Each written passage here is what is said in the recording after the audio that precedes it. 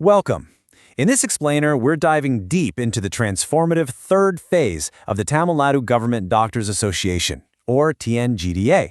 And let me tell you, this was an era defined by high-stakes battles, brilliant strategic victories, and the forging of a truly unshakable institution. So where does this story even begin? Well, it's not with a bang, but with a void. Let's set the stage for a really pivotal moment in the TNGDA's history. A moment where, honestly, everything could have just fallen apart. Picture this. It's 2007, and the TNGDA isn't just facing a little challenge, it's staring down a potential extinction event. This wasn't your routine changing of the guard. Oh no, this was a seismic shift that threatened to crumble the very foundation of the entire organization. I mean, just imagine the main pillars of a huge hall being ripped out all at once. That's pretty much what happened here. A massive leadership vacuum just opened up, leaving the association at this critical crossroads. Was it going to decline into irrelevance, or was this a chance for a bold, new beginning? So, a void that big, how do you even begin to fill it?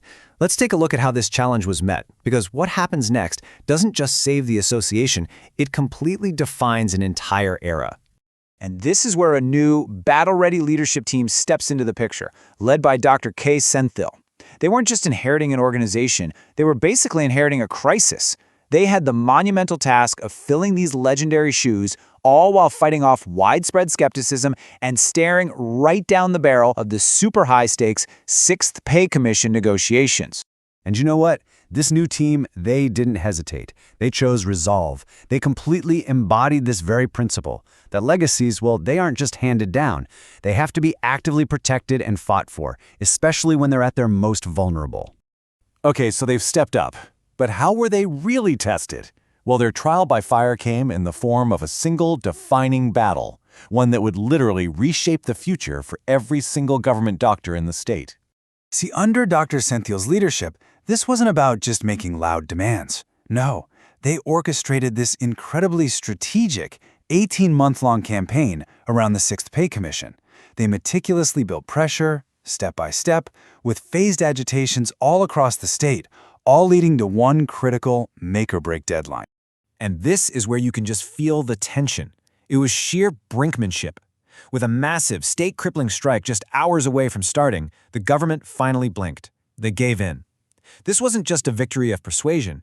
It was a masterclass in applying pressure with surgical precision, ending decades of career stagnation literally overnight. And this huge victory codified a totally game-changing concept: time-bound promotion. For the very first time, promotions were guaranteed based on years of service, not just on whether a post was open. This was a foundational win, locked in through a series of government orders that finally provided a clear, fair career path for all government doctors. But here's the thing about a big win. It's just a moment, right? The real test is what you do next. For the TNGDA, this hard-won victory wasn't the end, it was the foundation. They didn't just celebrate, they immediately started building something much stronger, something much more resilient.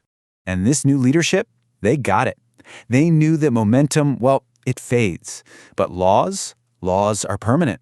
So they began this relentless campaign to turn their newfound leverage into concrete, legally binding protections for every single one of their members. And just look at what happened next. It was this rapid-fire succession of huge wins. Every single one of these was a long-standing demand, a major source of frustration for years, and now they were being turned into enforceable law. Preventing unfair arrests? Done. Protecting doctors from violence? Codified. Ensuring fair recruitment? Established. They were building a fortress of rights, brick by legislative brick. But you know, a fortress can't stand alone. The TNGDA leadership understood this. Their strategy had to go beyond just their own members because they knew that real power came from unifying the entire health sector, from the doctors to the nurses to the technicians. So what did they do? In 2013, with Dr. Senthil as the convener, TNGDA did something nobody had ever seen before. They forged a federation of 13 different health associations, creating this powerful, unified coalition of over 100,000 health workers. And they didn't have to wait long to test this new strength. The Federation's unified voice was so powerful that it successfully led to the transfer of a senior official. This proved, right then and there, that a united health sector could hold the administration accountable at the highest levels. And while all these big policy battles were going on, they were also doing something else, something just as important. They were building a comprehensive welfare system, a safety net for their members that was basically like armor, with schemes for family security, affordable health insurance, and crucial legal support. And if there's a crown jewel in that system, it's this: the Doctors' Corpus Fund. We're talking about an unparalleled level of financial security, a 1 crore rupee guarantee. It was just this powerful testament to the association's commitment, not just to its members, but to their families. Okay, so we've seen the external battles, but to really understand how TNGDA solidified its legacy, we have to look inward. It wasn't just about winning fights outside. It was about overcoming challenges from within and proving its resilience. Because, let's be real, success always brings out the dissenters, right? This era saw splinter groups pop up, and man, the contrast in approach was just stark. While these new groups made a lot of noise with emotional, unstructured protests, they just didn't produce any real outcomes. Meanwhile, TNGDA, with its disciplined strategy and laser focus on results, just kept on delivering. So in the middle of all this conflict, both from the outside and the inside, TNGDA didn't break. It didn't even fracture. It was forged. Like steel in a fire, it just got harder and stronger, held together by this core belief: the institution is always greater than any one individual. And that's what it all comes down to.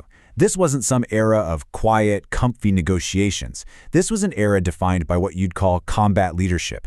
Every single gain was a battle. Every victory had to be defended fiercely, and then it had to be locked into law, transforming the TNGDA into the formidable, future-ready organization it is today. So what's the big takeaway from all of this? What's the lesson here? I think it's this quote right here. It's a powerful case study, really. It shows how purpose-driven, strategic leadership can build an institution that doesn't just weather storms, but actually uses them to grow stronger. And it leaves us with this final, crucial thought. Movements, they collapse when egos are in charge, but institutions survive when purpose leads the way.